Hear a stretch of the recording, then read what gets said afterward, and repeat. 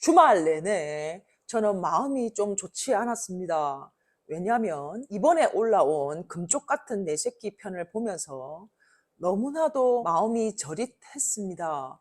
아이 입장에서도 마음이 아팠고 부모의 입장에서도 마음이 너무나도 아팠습니다. 제가 사실 저도 10년이 넘는 시간 동안 이 교육 업계에 있다 보니 금쪽 같은 내 새끼나 이런 양육에 관련된 프로그램들을 일부러 찾아서 보고요. 금쪽 같은 내 새끼는 제가 한 회도 빼지 않고 다 보다가 어느 시점에서는 제가 너무 마음이 아파서 그래서 잠깐을 안 보다가 어제 주말에 이번에 올라온 편을 보게 됐는데요. 아니나 다를까 너무나도 많은 상념들에 제가 주말 내내 속이 좀 시끄러웠습니다.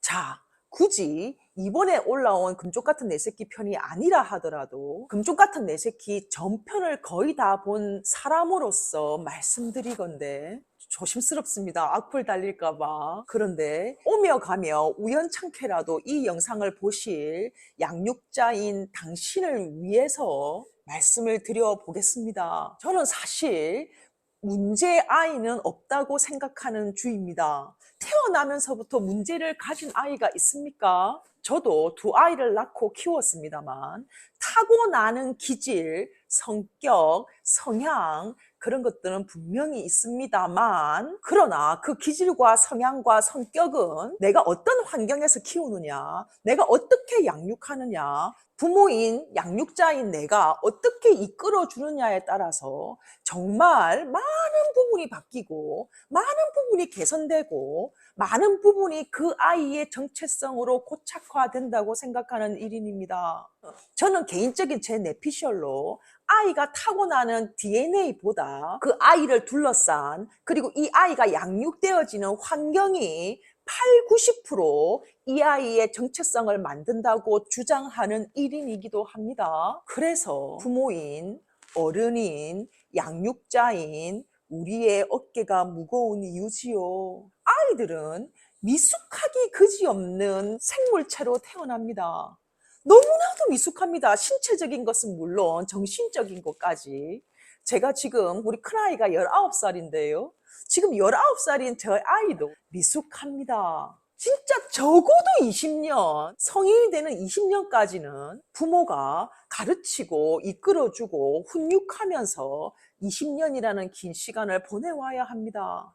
무슨 말을 드리려고 하는지 아시겠습니까? 오늘 이 영상의 주제를 제가 말씀드리기가 사실은 조심스럽습니다. 왜? 지금도 당신은 너무나도 잘하고 있는 걸 제가 압니다만 그런데 더 잘해라고 당신이 정신 차리라고 당신 손에 아이의 인생이 달렸다고 제가 너무 채찍질만 하는 것 같아서 조심스럽습니다만 그러나 말씀드리겠습니다. 아이는 미숙하고 어느 정도 클 때까지는 자기 결정권이 없고 이 아이를 둘러싼 환경에서 자라기 때문에 이 환경이 어떠하냐에 따라서 그 환경에 스며들며 자라게 되어 있습니다. 하여 부모인 당신이 끊임없이 내 양육에 문제는 없는지 내가 지금 아이를 잘 키우고 있는지 지금 내가 아이에게 든든한 언덕이 되어주고 있는지 내가 의도하지 않았지만 뭔가 잘못된 길로 가고 있는 건 아닌지 나의 양육 방식을 끊임없이 들여다보고 그리고 다른 훌륭한 선배맘들을 보면서 끊임없이 배우고 잘못한 게 있다면 개선하면서 가셔야 할 장본인은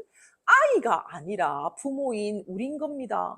부모인 우리가 노력해야 하고 부모인 우리가 성숙돼져야 합니다. 부모라는 무게가 얼마나 무거운 것인지 저 또한 압니다. 저도 19년을 두 아들을 키우고 있지 않습니까?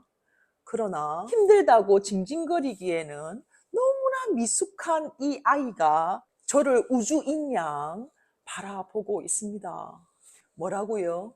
30살인, 40살인 나도 미숙하고 성숙하지 못하다고요?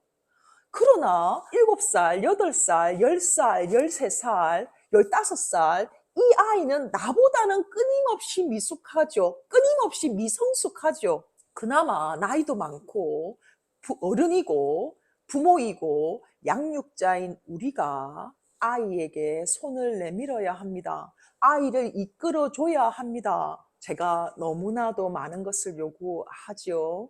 부모가 안 됐다면 모를까? 부모가 된 이상 부모는 아이에게 큰 산이 되어줘야 한다는 꼰대 같은 조언을 한번 드려봅니다. 제가 참 좋아하는 문장 2개를 말씀드릴게요. 첫 번째는 아이는 가르칠 대상이지 싸워서 이겨야 할 대상이 아니다. 많은 엄마들이 자녀들과 싸우고 있어요. 친구처럼. 다다다다다다 잔소리하고 아이에게 거친 말을 내뱉으면서요. 친구랑 싸우고 있는 것 같아요. 부모의 권위도 없고 엄격함도 없고 훈육도 없고 가르침도 없습니다. 싸우고 앉았어. 다시 한번 말씀드립니다.